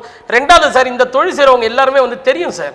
அதெல்லாம் வந்து அந்த காலத்தில் வந்து பார்த்தீங்கன்னா நீங்கள் சொல்கிறீங்க இதை சொல்கிறீங்க, ஒரே ஒரு கத்தியை வச்சு தான் எல்லாருக்குமே சேவிங் பண்ணுவாங்க. அப்போல்லாம் வராத நோயா சார், ஒரு இந்த படிகாரத்தை வச்சு பண்ணுது சித்த மருத்துவம் நாங்கள் இருக்கிறோம், எங்களுக்கு எல்லாமே தெரியும். இது ஒரு சில கடைகள் செய்கிறாங்கன்றதுக்காக ஒட்டுமொத்த இந்த தொழில் செய்கிறவங்களே தப்பாக பேசிடக்கூடாது. இந்த படிகார பயன்பாடுலாம் இல்லாமல் போச்சு, என்ன காரணம்? இப்பெல்லாம் கிடையாது. இப்போ அதுக்கு பதிலாக லோஷனு இந்த மாதிரி இதெல்லாம் வந்துருச்சு சார். இப்போ அதெல்லாம் முன்ன மாதிரிலாம் இப்போ அந்த படிகாரத்தில் இருக்கிற அந்த மருத்துவ குணம், பாதுகாப்பு இதில் எல்லாம் இருக்குன்னு நினைக்கிறீங்களா? 100% படிகாரம் தான் சார் வந்து இருக்கிறதுலே வந்து மருத்துவ குணம். ஆனால் இன்னைக்கு என்னன்னா ஒருத்தருக்கு போட்ட படிகாரத்தை மறுபடியும் இன்னொருத்தர் போய் இன்னொரு வாடிக்கையாளர் விரும்ப மாட்டேன்றாங்க சார். இப்போ படிகாரம் வந்து அப்போல்லாம் வந்து பார்த்தீங்கன்னா நம்ம வந்து இருக்கிறதுலே ரொம்ப ரொம்ப நுட்பமானது, ரொம்ப சித்தத்தில் வந்து அந்த மக்களுக்கு ரொம்ப நன்மை பேக்கிறது வந்து படிகாரம். ஒருத்தர் வந்து முகசவரம் செஞ்சுட்டு அந்த படிகாரத்தை போடும்போது தான் அவருக்கு வந்து எந்த ஒரு எரிச்சலும் நல்லதாகும். ஆனால் இன்னைக்கு ஒருத்தர் பயன்படுத்த படிகாரம் இன்னொருத்தர் போட முடியாத ஒரு சூழல் இருக்கு. இல்லை அந்த நேரத்தில் அதை கழுவிட்டு அதை அதுதான் சார் இப்போ வாடிக்கையாளர் விரும்புறது கிடையாது. நாங்கள் அதை எல்லாத்துக்கும் தயாராக தான் இருக்கோம். அப்படிதான் இவ்வளோ நாள் பண்ணிக்கிட்டு இருந்தோம். இப்போ யாரும் இது பண்ணுறது கிடையாது, அது இது பண்ணுறது கிடையாது. ரெண்டாவது இந்த தொழில் சார்ந்த மக்கள் வந்து முடிஞ்ச வரைக்கும் வந்து இந்த தொழில் சுத்தமாக செய்யணும் தான் சார் நினைப்பாங்க. ஏன்னா பக்கத்தில் உட்காந்து செய்யக்கூடிய தொழில் எல்லாமே வந்து தள்ளி இருக்கும். இது நம்ம வந்து பக்கத்தில் உங்கள் பக்கத்தில் நான் உட்காந்து ஒரு 1.5 அடி கேப்பில் தான் நாங்கள் நின்று உங்ககிட்ட பேசுவோம் கொள்ளுவோம். முகத்தை தலையை தொட்டு தான் செஞ்சோம். ஆமாம் அப்படிதான். அப்படின்னும் போது நாங்கள் கண்டிப்பாக வந்து இதில் வந்து ரொம்ப சுத்தமாக செய்யக்கூடிய இடத்துல தான் நாங்கள் இருக்கிறோம். அதே மாதிரி சார் இப்போ நீங்கள் சொல்லக்கூடிய அளவில் இப்போ எல்லாருக்குமே ஏதாவது ஒரு உடம்புல ஏதோ ஒரு ப்ராப்ளமாக இருந்தால் கூட நாங்கள் அதை வந்து எந்த ஒரு சலிப்புத்தன்மை பார்க்காம இந்த தொழில் செய்கிறோம் சார். அதுதான் சார் சொல்ல வந்து நான் இந்த மக்கள் ஒரு மிகப்பெரிய அளவில் ஒரு எப்படி சொல்கிறது ஒரு மிகப்பெரிய அளவில் இந்த மக்கள் நீங்கள் பேசுகிறது உங்கள் தொழிலை நீங்கள் தியாகத்தோடு பண்ணுறீங்கன்னு சொல்ல வரீங்க. அதே நேரத்தில் அந்த கார்ப்பரேட் நிலையங்கள்னு சொல்கிறீங்க நிறுவனங்கள் அவங்களும் அதை தானே செய்கிறாங்க சார். இந்த தொழிலை எல்லாரும் செய்யறதுக்கு நாங்கள் வரவேற்கிறோன்றதை நான் முதலே சொன்னேன். ஒரு தொழிலாளி வர்க்கத்தை இந்த விலைப்பட்டியல் என்ற இதில் அழிக்கக்கூடாது மட்டும் தான் சொல்லினேன் தவிர அந்த தொழிலை செய்யறதுல எந்த பிரச்சனையும் இல்லை சார். எல்லாரும் நல்லா இருக்கட்டும், நல்லா செய்யட்டும், தப்பு கிடையாது. ஒரு தொழிலாளி வர்க்கத்தை அதாவது இப்போ எல்லாரும் எதுக்கு சார் தொழில் செய்கிறாங்க? இப்போ நம்ம ஒரு இடத்துக்கு எதுக்கு வேலைக்கு போவோம்? நமக்கு ஏதோ ஒரு மாத வருமானம் வரும். இந்த வருமானத்தை வச்சு அந்த குடும்பத்தை காப்பாற்றும், அந்த குடும்பத்தின் மூலம் அவங்களுடைய பொருளாதாரம் கல்வி அந்த பிள்ளைகளை பண்ணணும். அதுதான் சார் இந்த தொழில் வச்சிருக்கிறோம். அப்போ இந்த கடைகளோட இந்த மக்களுடைய இப்போ ஒன்றும் இல்லை சார், இப்போ எல்லா இடத்துல கார்பரேஷன் கூட வருது வச்சுங்களேன் சார். இந்த ஆதி தொழிலாக இருக்கக்கூடிய இந்த மக்கள் இந்த தொழில் விட்டு போயிட்டா இவங்க வைக்கிறதா சார் ரேட்டாக இருக்கும். இதெல்லாம் பல இடங்கள்ல நீங்க வந்து அனுபவப்பட்டிருப்பீங்க. இன்னைக்கு கார்பரேட் குறைவா பண்ணிட்டு அதுக்கப்புறமா அதிகப்படுத்துறது. ஆமா அதுதான். அப்போ அந்த தொழிலாளி வர்க்கத்தை வாழக்கூடிய கொஞ்சம் நஞ்ச அந்த தொழிலாளி வர்க்கத்தை அழிக்காதீங்கன்னு தான் நாங்கள் சொல்ல வரமே தவிர அவருக்கு தொழில் செய்யக்கூடாதுன்னு நாங்கள் ஒன்றும் சொன்னோம். எங்களுக்கு ஒன்றும் இது ஒன்றும் இல்லை சார். அதே போல் சார் இப்போ வந்து தொடர்ந்து வந்து ஒவ்வொரு விஷயமாக இந்த மக்களுக்கு அங்கே போராட்டிட்டு இருக்கோம் சார். இப்போ எங்களுடைய கோரிக்கைகள் வந்து நிறைய இருக்குது சார். அரசாங்கத்துக்கு சொல்ல வேண்டிய கோரிக்கைகள் என்பது வந்து மிகப்பெரிய அளவில் வந்து ஏன்னா இந்த 75 ஆண்டு சுதந்திர வரலாற்றுக்கு அப்புறமாவும் இந்த மக்கள் வந்து இந்த மேன்மை அடையலை சார். குறிப்பாக இந்த நான் ஏற்கனவே சொன்னபடி இந்த எம்பிசி பிரிவில் இருக்க சமமான பங்கீடே இல்லை சார். எங்களுக்கு ஒரு மிகப்பெரிய ஆளுமை மிக்க ஒரு சமுதாயத்தோடு எங்களை சேர்த்துருக்குறாங்க. அது ஒன்று. ரெண்டாவது வந்து இன்னொரு விஷயம்னா இந்த விஸ்வநாத தாஸ் ஐயா அவர்களுக்கு வந்து சென்னையில் எங்களுக்கு வந்து ஒரு செலவு வைக்கணும். என்னென்ன எதுக்காக அதை கேட்குறோன்னா இன்னைக்கு அரசு அதிகாரிகளும் அரசியல் கட்சி தலைவர்களும் ஒவ்வொரு நம்ம விடுதலை வீரர்கள் சமூகம் சார்ந்து இல்லை, ஆனால் விடுதலை வீரர்ன்றதுக்கு அந்த முறையில் நாங்கள் வைக்கணும் சார். ஆனால் எங்கள் சமூகத்தில் ஒரு அடையாளமாக இருக்குல்ல சார் அவர் அப்படின்ற ஒரு கோரிக்கை நாங்கள் வைக்கிறோம். அதற்கடுத்துட்டு பார்த்தீங்கன்னா எங்களுக்கு வந்து இந்த பிசிஆர் சட்ட பாதுகாப்புன்றது வேணுன்றதை நாங்கள் வந்து அதை வந்து ரொம்ப ரொம்ப முன்மொழிகிறோம். அதே போல் சார் இப்போ அந்த திருக்கோவிலெல்லாம் வந்து இந்த நாதஸ்வரம் வாசிக்கிறவங்க, தவில் வித்வான்கள், இசைக்கலைஞர்கள், அதே போல அந்த கோவிலில் மொட்டை அடிக்கக்கூடிய பணியாளர்கள், இவங்களெல்லாம் பார்த்தீங்கன்னா அரசு ஊழியராக ஆக்கணும் சார். ஏன்னா இன்னைக்கு இந்த மக்களுக்கு வந்து ஒரு நல்ல ஒரு சம்பளத்தை போட்டு அரசு ஊழியராக்கணும். இது இப்போ இறைவனுக்காக சேவை செய்யக்கூடியவங்க, ஒரு நம்ம மொட்டை அடிக்கக்கூடிய தொழில் செய்யக்கூடியவங்க, ஆனால் அவங்களுக்கு உண்டான ஒரு அங்கீகாரமே கிடையாது சார். இதெல்லாம் அரசு வந்து இதை கவனத்தில் எடுத்துக்கணும்னு தான் நாங்கள் சொல்ல வரோம். அதே போல் வந்து பார்த்தீங்கன்னா அண்ணா நகரில் வந்து பார்த்தீங்கன்னா நம்ம வந்து சித்த வைத்திய கல்லூரி இருக்குது சார். அதற்காக இந்த மருத்துவ சமுதாய மக்களுக்காக பாடுபட்டவர் வந்து பண்டிட் எஸ்.எஸ். ஆனந்தம், அந்த சித்த மருத்துவர். அவருடைய பேரை வந்து இந்த கல்லூரிக்கு வைக்கணுன்றது தான் எங்களுடைய இதுவை நாங்கள் கோரிக்கை வச்சிருக்கிறோம். அதே போல் வந்து 5% சித்த மருத்துவர் இருக்கக்கூடிய இது இப்போ பார்த்தீங்கன்னா மீனவர்களுக்கெல்லாம் வந்து இதே மாதிரி இடஒதுக்கீடு கொடுத்துருக்காங்க சார். அதே மாதிரி எங்களுடைய மருத்துவ சமுதாய மக்களுக்கு இந்த சித்த மருத்துவ கல்லூரிகளில் 5% இடஒதுக்கீடு உடனடியாக அதை தரணுன்றதான் நாங்கள் சொல்கிறோம் சார். அதே மாதிரி எங்களுடைய மருத்துவ சமுதாயம் என்பது பார்த்தீங்கன்னா ஒவ்வொரு பகுதியில் வெவ்வேறாக இருக்குது சார்.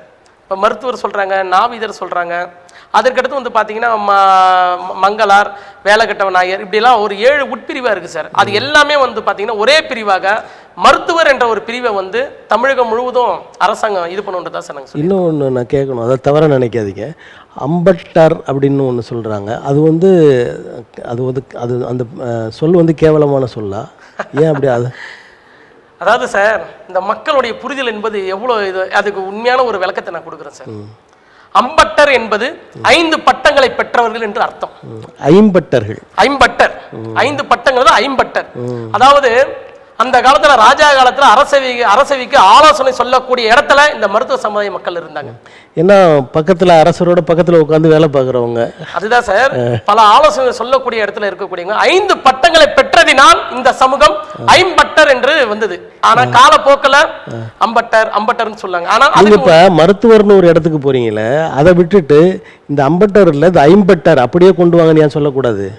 இல்ல சார், மருத்துவர் என்பது நாங்க சித்த மருத்துவர்ன்றதுதான் சார் எங்களுடைய பூர்வீகமே சார். அது காலம் தோன்றி முடிவெட்டுறது 2வது சேர்த்து கொள்ளப்பட்டதா? இல்ல முடிவெட்டுறது அதாவது என்ன சார், இப்போ போர்ல வந்து அடிபட்டு வருகின்ற வீரர்களுக்கு நாங்க வந்து வைத்தியம் பார்ப்போம் சார். அப்போ அந்த அடிபட்ட இடத்த சிகையை வந்து நாங்க வந்து நீக்குவோம். அப்போ காலப்போக்கில் இந்த மனிதன், நல்லா கேட்டுங்க, இந்த மனிதன் வளர்ச்சி பாதைக்கு கொண்டு சென்றதே இந்த சமூகம். 2 விஷயம். ஒன்று, இந்த மனிதனை காப்பாற்றியது இந்த மருத்துவ சமுதாயம். இந்த மனிதனை மனிதனாக்கியது இந்த முடிதிருத்தும் தொழில். இதுதான் உண்மையான நிலைமை. ஆனா இதை நிறைய பேருக்கு புரியல. ஏன்னா அதான் சொல்ல, சிறுபான்மையா ஒரு அங்கங்க இருக்கக்கூடிய சமூகமா இருக்கிறதுனால எங்களை வந்து யாருமே கண்டுகொள்ளப்படாத ஒரு சமூகமாக இன்னைக்கு இருக்கின்றது சார். அதே போல வந்து பாத்தீங்கன்னா அப்ப அந்த காலத்துல அந்த அரசவையில இருக்கக்கூடிய ராஜாக்களுக்கு ஆலோசனை கூறும் இடத்துல இந்த சமூக மக்கள் இருந்திருக்கிறாங்க. அந்த 5 பட்டங்களையும் சொல்லுங்க. அப்படி என்னன்னு 5 பட்டங்கள் என்பது பாத்தீங்கன்னா அதாவது இயல் இசை, அதாவது வாசிக்கக்கூடியது, சித்த மருத்துவர், அதே போல வந்து பாத்தீங்கன்னா நம்ம வந்து ஆலோசனை சொல்றது, ஆலோசனை, இந்த மாதிரி ஒரு 5 பட்டங்கள். அதாவது அந்த அரசவையில 5 பட்டங்களை வந்ததா இருந்துச்சு. நிறைய விஷயங்கள் தொடர்ந்து இந்த மருத்துவ சமுதாயத்துக்கு மக்கள் வந்து தொடர்ந்து இது பாடுபட்டு தான் இருக்கிறாங்க. ஆனா இவங்களை மருத்துவர்னு சொல்லும் போது படிப்பு மூலமா மருத்துவர் ஆகிறதும் இருக்கு. இப்போ நீங்க அது ஒரு வகுப்புக்கே, ஒரு சமூகத்துக்கே அந்த பெயர் வைக்கணுன்றீங்க. இதுல ஒரு சிக்கல் வராதா? இல்லை, ஏற்கனவே சுதந்திரம் வாங்குறதுக்கு முன்பாகவே இந்த மக்களை மருத்துவர் என்றது ஏற்கனவே இந்த சாதி சான்றிதழ் ஆங்கிலேயர் ஆட்சியிலேயே வந்து பண்டிட் எஸ்.எஸ். ஆனந்தம் வந்து வாங்கியிருக்கிறாங்க. இது என்னன்னா, மருத்துவர் என்பது பார்த்தீங்கன்னா அங்கே சித்த மருத்துவர் இருந்ததுன்னா மருத்துவன்றது சமூகத்துக்காக கொடுத்த பேர் சார். இதுக்கும் அதுக்கு சம்மந்தமே கிடையாது. இது வந்து ஒரு சமுதாயம், அது வந்து ஒரு படிப்பு சார். அதுக்கு சம்மந்தமே கிடையாது. அதுதான் சார் உண்மை. அதே மாதிரி சார் இன்னொரு முக்கியமான ஒரு கோரிக்கை ஒன்று இருக்குது சார். என்னென்னா, இந்த முடிதிருத்தும் தொழிலாளர் மக்களுக்காக நலவாரியம் வந்து கலைஞருடைய ஆட்சியில் வந்து ரொம்ப சிறப்பாக கொண்டு வந்தாங்க சார். இன்றைக்கி இந்த நலவாரியம் ரொம்ப சிறப்பாக இருக்குது. இப்போ தமிழகத்தில் வந்து பார்த்திங்கன்னா ஒரு 18 நலவாரியங்களும் 72 தொழில் நலவாரியம் இந்த இதுவும் இருக்குது சார். இப்போ பார்த்தீங்கன்னா கட்டுமானத்திற்குன்னு சொல்லிட்டு ஒரு நலவாரியத்துக்கு நலவாரியமும் நலவாரிய தலைவர் என்று இருக்கிறாங்க. ஏன்னா அந்த கட்டுமான நலவாரி நிறைய வந்து பார்த்தீங்கன்னா இந்த ஜல்லி, மணல், இந்த மாதிரி சிமெண்ட் இதுக்கெல்லாம் வரிகள் வர்றதுனால அது வந்து இன்னைக்கு வந்து ஒரு மிகப்பெரிய ஒரு ஆளுமை மிக்க ஒரு நலவாரியமாக இருக்கின்றது. ஆனால் எங்களுடைய இந்த முடிதிருத்தும் தொழில் நலவாரியம் இருக்கே தவிர இது வரைக்கும் ஒரு உறுப்பினர் கூட அரசாங்கத்திலிருந்து போடலை சார், ஒரு உறுப்பினர் கூட. ஆனால் நாங்கள் என்ன கேட்குறோம்னா, எங்களுக்கு நலவாரிய தலைவரே கொடுங்கன்னு கேட்குறோம். ஏன்னா இப்போ நாங்கள் வாங்கக்கூடிய, இப்போ எனக்கு அது கார்பரேட் சொல்லுமுறையாக இருந்தாலும் சரி தான், இல்லை சாதாரண ஒரு முடிதிருத்தும் தொழில்நிலையாக இருந்தாலும் சரி தான், இதில் இருக்கக்கூடிய வாங்கக்கூடிய அழகு சாதன பொருட்களுக்கு மாநில அரசும் மத்திய அரசும் வரி வாங்குறாங்கல்ல. இதுல அதிகப்படியான ஒரு 90% எங்க மூலியமா தானே கிடைக்குது. அப்ப எங்களுக்கு கிடைக்கக்கூடிய அதை இந்த மக்களுக்கு பயன்படுத்துறதுனால எங்களுக்கு நல வாரியம் வேணும்னு சொல்லி நாங்க எங்களோட கோரிக்கை நாங்க வச்சிருக்கிறோம் சார். தொடர்ந்து இதுக்காக தான் சார் பாடுபட்டு வந்துட்டு இருக்கோம் சார். இப்போ அடுத்த கட்ட நடவடிக்கை உங்களுடைய இந்த சங்கத்தின் மூலமாக என்ன செய்ய இருக்கிறீங்க? சார் நாங்கள் இப்போ எங்களோட அடுத்த கட்ட நடவடிக்கை என்பது எங்களோட கோரிக்கை மனுவை வந்து மாண்புமிகு தமிழக முதலமைச்சர்கிட்ட கொடுக்கறதுக்காக தொடர்ந்து அதை முயற்சி பண்ணியிருக்கிறோம். அடுத்த துணை முதல்வர்கிட்ட நாங்கள் வந்து சந்திக்க தான் போகிறோம். எங்களுடைய மக்களுக்கு கண்டிப்பாக நாங்கள் வைக்கக்கூடிய ஒரு 10 கோரிக்கைகளை அதிகபட்சம் ஒரு 5 கோரிக்கைகளை உடனடியாக, அதாவது போர்க்கால அடிப்படையில் உடனே நிறைவேற்றணும்னு சொல்லி நாங்கள் வந்து அரசாங்கத்தை பண்ண போகிறோம். ஒருவேளை எங்களுக்கு எந்த ஒரு இதுவுமே இது கிடைக்கலன்னா நாங்கள் அதுக்கு உண்டான அடுத்த கட்ட பணியை சங்கத்தில் ஆலோசனை செய்வோம். ஆனால் எங்களுக்கு எது இருக்கோ அரசியல் பிரதிநிதித்துவன்றது ரொம்ப வேணும் சார். இந்த 2026 நீங்கள் நினைவில் வைத்து இந்த மாதிரியான வேலைகள்லாம் செய்ய தொடங்கியிருக்கீங்களா சார்? இந்த அரசியலுக்காக நாங்கள் வந்து இதை வந்து பேசலை சார். ஆனால் இந்த சமூகம் மேம்படணுன்றதுக்காக பேசுகிறேன் சார். இப்போ எல்லாருமே இன்றைக்கி அரசியல் ஒரு கட்சி தொடங்கினாலும் சரி, அரசியல் வரவங்களும் சரி, மக்கள் நல்லது செய்யணும் தான் வருவாங்க. ஏன் இந்த சமூகம் அடுத்தக்கிட்ட வரணும்னு சொல்லிட்டு நாங்கள் பேசுறதுல வந்து எந்த தப்பு கிடையாது சார். இன்னொரு விஷயம் என்னன்னா, இந்த அரசியல் சார்ந்து பார்த்தீங்கன்னா நாம் தமிழர் கட்சியில் மட்டும்தான் இது பொதுவாக நான் அரசியலுக்கு ஒரு இதுவாக நான் பேசி எந்த அரசியல் சார்ந்து நான் சொல்லலை. நாங்கள் பார்த்த பார்வையில் நாம் தமிழர் கட்சியில் இந்த அரசியல் பிரதிநிதித்துவத்தை கொடுத்துருக்குறாங்க. இந்த இடஒதுக்கீடு அடிப்படையில் 100 பேருக்கு 2 பேருன்ற மாதிரி ஒரு 4-3 பேருக்கு வந்து தமிழகம் முழுவதும் இருக்க இந்த மருத்துவ சமுதாய மக்கள், இந்த வண்ணார் மக்களுக்கு, குயவர், இந்த மாதிரி வந்து பொதுவாக கொடுத்துருக்குறாங்க. ஆனால் இதை வந்து தமிழ்நாட்டில் அத்தனை அரசியல் கட்சிகளும் தரணுன்றதான் நான் என்னுடைய நிலைப்பாடாக இருக்குது. ஏன்னா இன்னைக்கு வந்து எல்லா இடத்துலையுமே இது வந்து இன்னைக்கு எப்படி ஒரு ரிசர்வ் கோட்டா வருகின்றதோ SC/ST மக்களுக்காக, அது போல மருத்துவ சமுதாய மக்களுக்கும் கம்பல்சரி 5 சீட்டாவது 2026 எல்லா கட்சியிலுமே ஒதுக்கணும். அதில் வந்து இந்த சமூக மக்களை யாராவது ஒருத்தர் போய் நின்று கண்டிப்பாக சட்டமன்றத்துக்கு போனால் இந்த மக்களோட வழிகளையும் பிரச்சனையும் கண்டிப்பாக சொல்லக்கூடிய இடத்துல இருப்போன்றதான் எங்களுடைய நம்பிக்கை இருக்குது சார். உங்கள் மக்கள் தொகை குறைவு, அதுவும் ஒவ்வொரு ஊர்லேயும் ஒரு குடும்பமோ 2 குடும்பமோ இருக்கிறீங்க. இந்த நிலைமையில் அரசியல் கட்சிகள் எப்படி முன் வரும்னு நினைக்கிறீங்க? உங்களுக்கு இப்போ இந்த தவறான பாதை தான் சார். இதுக்கு தான் சார் மக்கள் தொகை கணக்கெடுப்பு எடுக்க சார், ஜாதி வரை கணக்கெடுப்பு எடுக்க சொன்னாங்க சார். அதுக்கு தான் வந்து நாங்கள் வந்து என்னென்னா இந்த மருத்துவ சமுதாய மக்களை ஒரே அணியில் கொண்டு வாங்க அப்படின்றது ஒன்று சொன்னோம் சார். தமிழ்நாடு முழுவதும் குறைஞ்சபட்சம் 40 லட்சத்துக்கு மேலே இருக்காங்கிறது நாங்கள் எங்களுடைய கணக்கீடு சார். குறைஞ்சபட்சம் ஒரு 3 லட்சத்து 4 லட்சம் முடிதிருத்தும் தொழில்நிலையுமே இருக்குது சார். அப்போ ஒரு கடைக்கு 2 பேரோட குறைஞ்சபட்சம் 8 லட்சம் குடும்பம் இருக்குது சார். நீங்கள் சும்மா நான் சொல்கிறது வந்து ஒரு கேப்டன் விஜயகாந்த் மாதிரி சொல்கிறேன்னு நினச்சிக்காதீங்க. குறைஞ்சபட்சம் ஒரு 8 லட்சத்து 10 லட்சம் குடும்பங்களே இருக்குன்னா ஒரு குடும்பத்துக்கு 4 பேர் குறைஞ்சு 40 லட்சம் பேர் நாங்கள் இருக்கிறோம் சார். கரெக்டான கணக்கீடே கிடையாது சார். இந்த மக்களை வந்து யாருமே நினைக்கிறதில்ல. ஆனால் நாங்கள் ஒவ்வொரு இடத்துலையும் எங்களுடைய ஓட்டு பதிவு மிக மிக முக்கியமானது. அதுதான் நாங்கள் இந்த இடத்துல நாங்கள் பதிவு செய்கிறோம். எங்களை நீங்கள் சில்லறை ஓட்ட நினைக்காதீங்க. இதுதான் உண்மையான நிலைமை. எங்களுக்கும் எல்லா முக்கியத்தையும் கொடுங்கன்றதான் நாங்கள் சொல்கிறோம். இப்போ அதுக்காக நாங்கள் அரசியலுக்கு வரணுன்றது கிடையாது. ஆனால் அரசியல் இருந்தால் தானே சார் இன்னைக்கு இந்த சமூகம் மேன்மை பெறன்றது எங்களுடைய விழிப்புணர்வாக இருக்குது சார். நீங்கள் ஒரு சங்கமாக நிறைய சங்கம் நீங்கள் இருக்கும். ஆமாம். அந்த சங்கத்தின் மூலமாக ஒரு இளைஞரணி செயலாளர் என்ற நிலையில் போய் பேசுகிறீங்க. ஆனால் ஒட்டு மொத்தமாக தமிழ்நாடு முழுக்க இருக்கிற அந்த ஒரு சங்கங்கள்லாம் கூட்டமைப்பாக சேர்ந்து ஒரு அமைப்பாகி நீங்கள் போய் கேட்டால் அதுக்கான வழிமுறை கிடைக்கும் சார். 20 வருஷமாகவே இந்த மாதிரி கூட்டமைப்பு சார்பாக நாங்கள் பல கோரிக்கை வச்சுருக்கோம் சார். எங்கள் இதுலேயே வந்து இப்போ பார்த்தீங்கன்னா ஒரு 5-6 பிரிவுகள் இருக்குது. அவங்க நாங்கள் எல்லாமே இணக்கமாக நாங்கள் பேசிக்கிட்டு தான் இருக்கிறோம். ஏதாவது இந்த மக்களுடைய பிரச்சனை வரும்போது நாங்கள் எல்லாமே கூட்டமைப்பாக உருவாக்கி தான் போய் தான் பண்ணியிருக்கோம். இப்போ கூட நாங்கள் வந்து இப்போ ஆணையர்கிட்ட வந்து பிற்படுத்தப்படுத்த ஆணையர்களோட நாங்கள் எல்லாமே கூட்டமாக தான் போயிருந்தோம், ஒன்றா தான் போயிருந்தோம். எங்களுக்குள்ள எந்த இதுவும் கிடையாது. ஏன்னா இது மக்களுடைய பிரச்சனை தானே, எங்களுடைய தனிப்பட்ட பிரச்சனை கிடையாதுல்ல சார். அதனால் நாங்கள் ஒரு கூட்டமைப்பு உருவாக்கி தான் நாங்கள் போயிருக்கிறோம். அதுக்குண்டான கட்டமைப்பு நாங்கள் செஞ்சுக்கிட்டு தான் சார் இருக்கோம். இப்போ வந்து ஒரு கட்சி ஒரு 2-3 இடங்கள் தருகிறார்கள், மற்றவங்களாம் தரதில்லைன்றீங்க.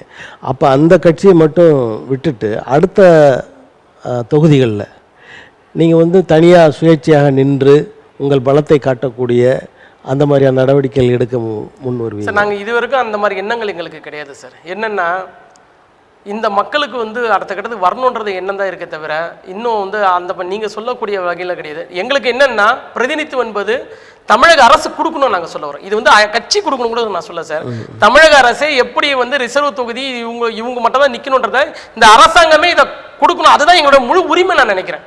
அப்பதான் இந்த மக்களை யாராவது ஒருத்தர் போவாங்களே தவிர இப்போ இன்னைக்கு எல்லாருமே அரசியல் கட்சி தொடங்கிட்டு தான் இருக்கு, இன்னும் தொடங்க தான் போறாங்க நிறைய பேர். இப்போ அது உள்ளெல்லாம் போட்டி போட்டு இது பண்ணணும். உங்களுக்கு தனி தொகுதிகள் வேணும்னு கேட்குறீங்க. எங்களுக்கு தனி தொகுதிகள் என்னன்னா இவங்களுக்குன்னு சொல்லி கம்பல்சரி தமிழ்நாட்டில் இருக்க அத்தனை அரசு கட்சியிலும் ஒரு 5 பேருக்காவது இவங்க வேட்பாளர் கொடுக்கணும். அது வந்து பெரிய கட்சிக்காக சரி சிறிய கட்சிக்கு எல்லா கட்சியுமே குறைஞ்சபட்சம் இந்த மருத்துவ சமுதாய மக்களுக்கு 5 சீட்டுகள் எல்லா கட்சியிலும் கொடுத்தா சார் யாராவது ஒருத்தர் வருவார்ல சார். அதுக்காக தான் சார் நாங்கள் போராடிட்டு இருக்கோம். இப்போ கணக்கெடுப்பு நடக்கலை, கணக்கெடுப்பு நடந்தால் தான் இந்த விஷயங்கள்லாம் வெளியில் வரும்.